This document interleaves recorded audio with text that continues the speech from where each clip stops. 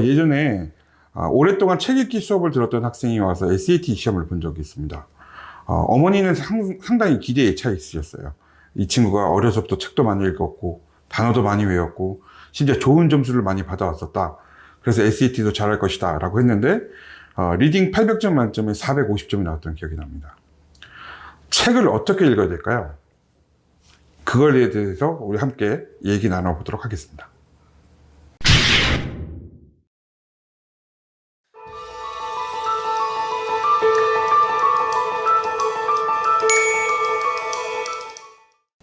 안녕하십니까? 네, 안녕하세요. 네, 시청자 보시고 한 번 더. 예. 안녕하십니까? 안녕하세요. 예. 네. 오늘은 정말 좀 이렇게 기본적인 질문일 수도 있는데요. 제가 이제 분당에 와서 이제 학생들을 만나보면서 느낀 것 중에 하나가, 단어를 못 외우는 애들도 있고요. 책을 어떻게 읽어야 되는지를 모르는 아이들이 있는 것 같아요. 그래서 오늘은 제가 원장님을 모시고 꼭 함께 나누고 싶었던 질문은 책을 어떻게 읽어야 되는지에 네네. 대해서입니다. 예. 뭐, 간략하게 이제 말씀을 드릴 수 있을 것 같은데요.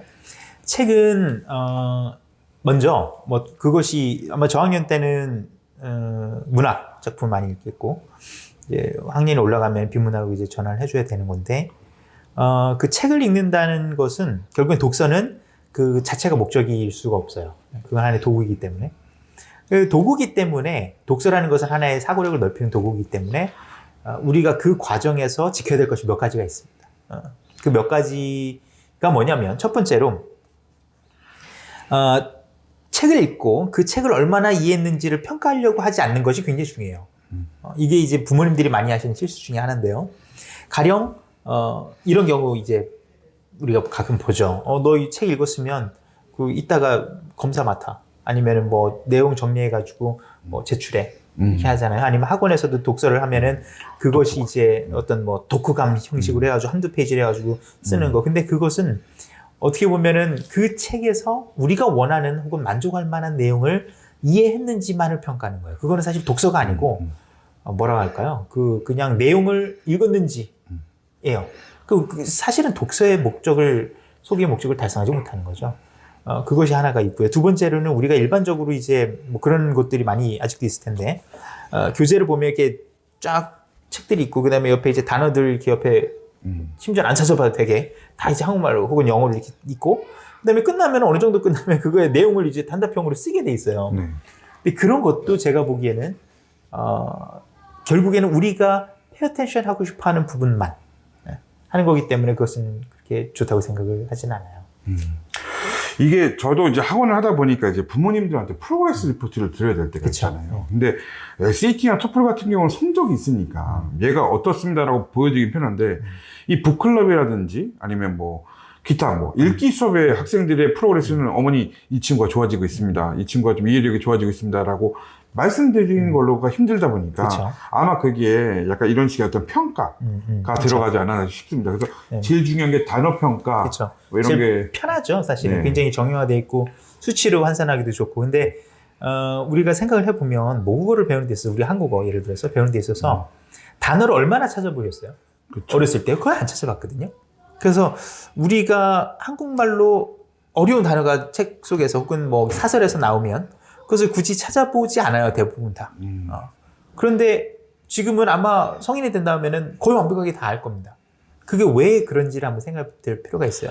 그래서 우리가 아이들한테 어렸을 때부터 책을 읽힌다는 얘기는 이것을 우리가 뭐 어려운 외국어로서 받아들이지 말고 모국어처럼 배우라고 이제 하는 거잖아요. 근데 그 방법은 어머님들이 예전에 20년 전, 30년 전에 학교를 다닐 때 하셨던 것과 크게 다를 바가 없어요.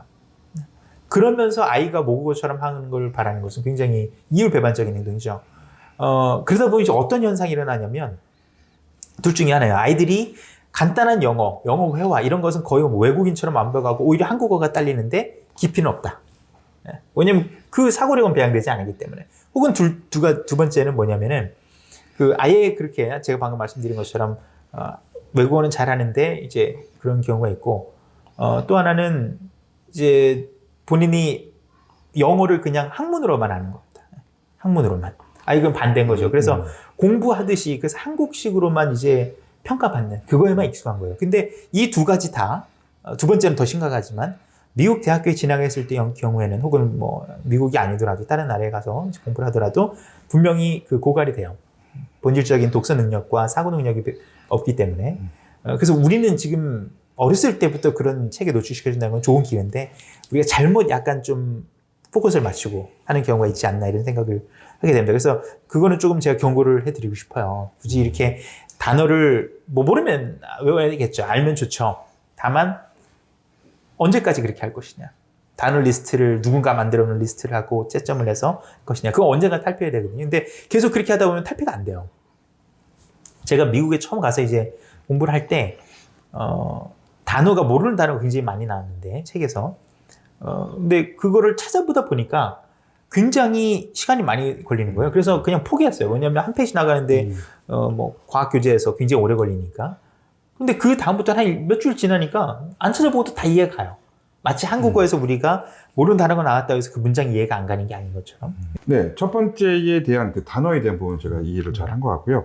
두 번째로 좀 더 학생 주도적인 부분이라고 해야 될까요? 그러니까 지금의 아무런 교육적인 방향, 책 읽는 거에 있어서의 좀 더 어떤 그 시스템적인 걸 벗어나서 좀 이렇게 좀 원장님만의 어떤 방법을 좀 제안을 좀 해주시면 좋을 것 같아요. 예, 뭐 제 기질 자체가 굉장히 어떤 정형화된 걸 싫어해서 두 번째로 강조하고 싶은 것은 어떤 질문이 됐던 아니면 뭐 라이팅 어사이먼트가 됐건 아니면 심지어는 읽은 다음에 그 확인하는 질문들이 됐건 이런 것들은 정답이 없는 그래서 이렇게 정답이 있어서 우리가 어느 정도 계량할 수 있는 것이 아닌 오픈엔드 된 게 좋은 것 같아요. 그래서 가장 이상적인 건 제가 보기에는 예를 들어서 Life of Pi라는 책을 읽는다면 그 Life of Pi에 나오는 어떤 장면 아니면 주제, 어떤 아이디어, 어떤 컨셉, 그 사회에 있는 어떤 이런 뭐 문화적인 면을 잡아서 그것에 대해서 네가 알아서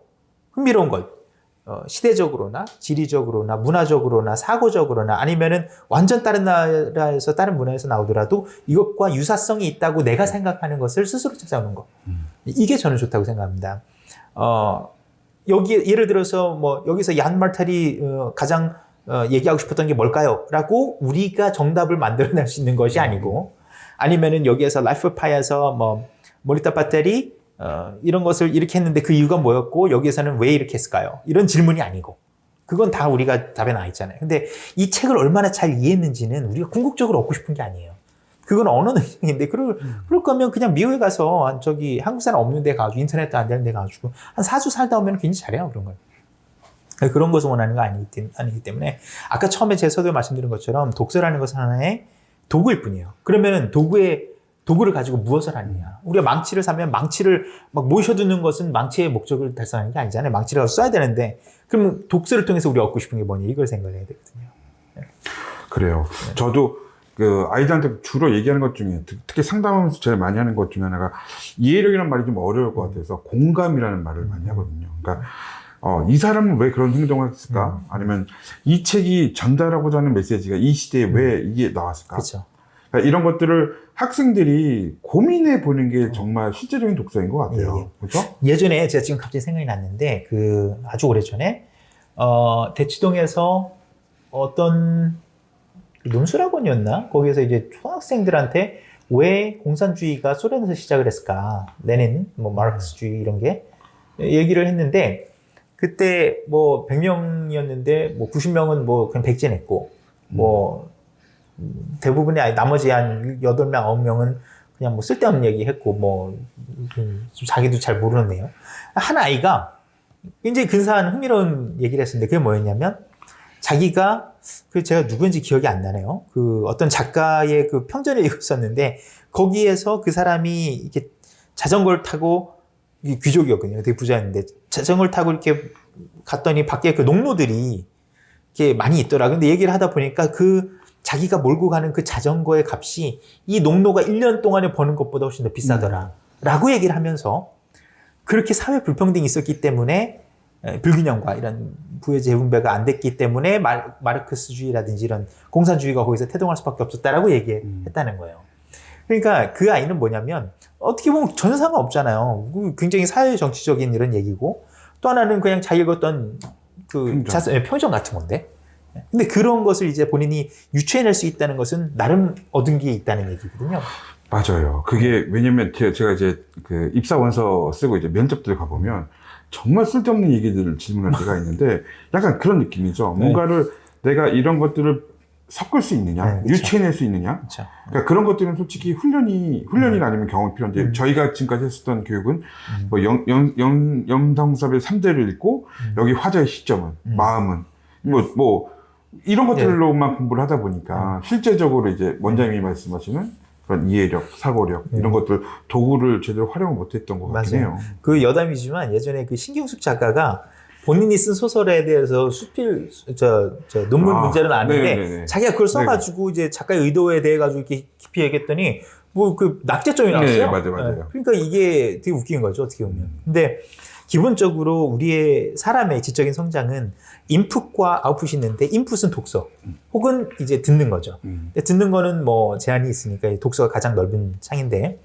아웃풋은 그러면 토의하거나 아니면은 글을 통해서 쓰는 거거든요. 그래서 스피킹 아니면 라이팅인데 그 두 가지를 유기적으로 연결해 가지고 본인의 어떤 자기만의 생산과 자기만의 퍼스펙티브, 그 학생만의 어린아이의 7학년, 뭐 6학년 아이만의 흥미로운 해석, 그리고 이 아이가 이것을 가지고 단순한 소설책 재미없는 엄마가 학원 안 가면은 막 죽을 것 같으니까 가는 그런 게 아니고, 안 하면은 이거 안 읽어오면 선생님이 또 뭐라고 할 것 같으니까 하는 게 아니고, 내가 읽고 나서 나름 고민해가지고 찾아온 이것과 유관된 어떤 것을 찾아서 그거에 대해서 얘기하거나 발표를 하거나 아니면 글을 쓰거나 하면은 굉장히 좋을 수 있다는 겁니다. 그래서 제가 보기에는 독서를 독서에서 끝내는 것은 아무 의미가 없어요.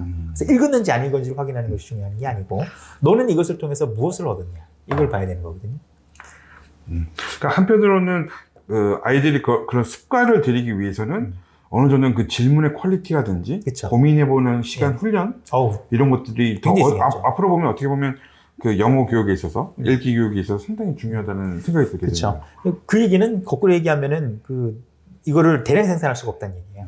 획일할 수도 없을 뿐만 아니라 획일할 수 없으니까 대량 생산할 수가 없죠. 왜냐하면 다 다르거든요. 정답도 다 다르고. 그럼 선생님은 아이들이 어떤 애는 뭐 말도 안 되는 무슨 케이팝하고 연결지어서 얘기했고 방탄소년단 얘기하고, 어떤 애들은 음식 문화랑 연결해서 얘기하고, 이거를 다 수용하고 그것을 다 읽고 피드백을 줄 수 있어야 된다는 얘기거든요. 그래서 결국에는 결코 쉽지 않지만 충분히 할 수 있고, 우리가 얻고자 하는 것이 무엇인지를 확실하게 안다면은 충분히 이제 좋은 결과를 낼 수 있지 않을까.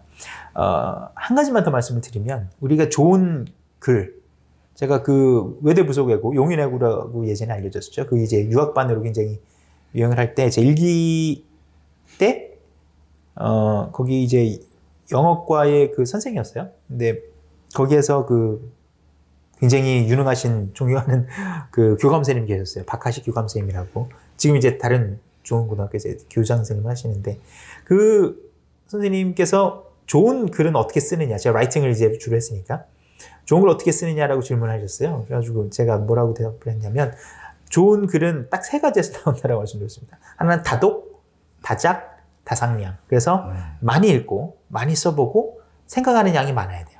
근데 제 생각에는 심지어 첫 번째 조건에서도 제가 보기에는 이게 충족되지 못하는 경우가 많은 거죠.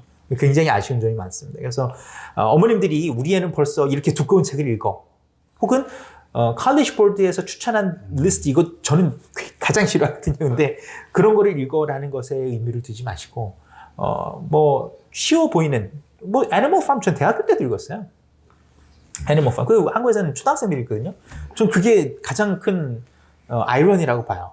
그거는 단순한 어떤 돼지들이 반란을 일으켜가지고 사람 역할처럼 하는 그런 얘기가 아니잖아요. 근데 그것에 대해서 본인들이 이렇게 굉장히 길게, 근데 읽는 데는 뭐 일주일이면 읽으니까 일주일날 하고서 그 다음 주에 또 다른 책을 읽는데 그것이 중요한 게 아니고 얼마나 깊이 들어가느냐가 더 중요하기 때문에 그런 거를 좀 신경 써주시면 좋겠어요.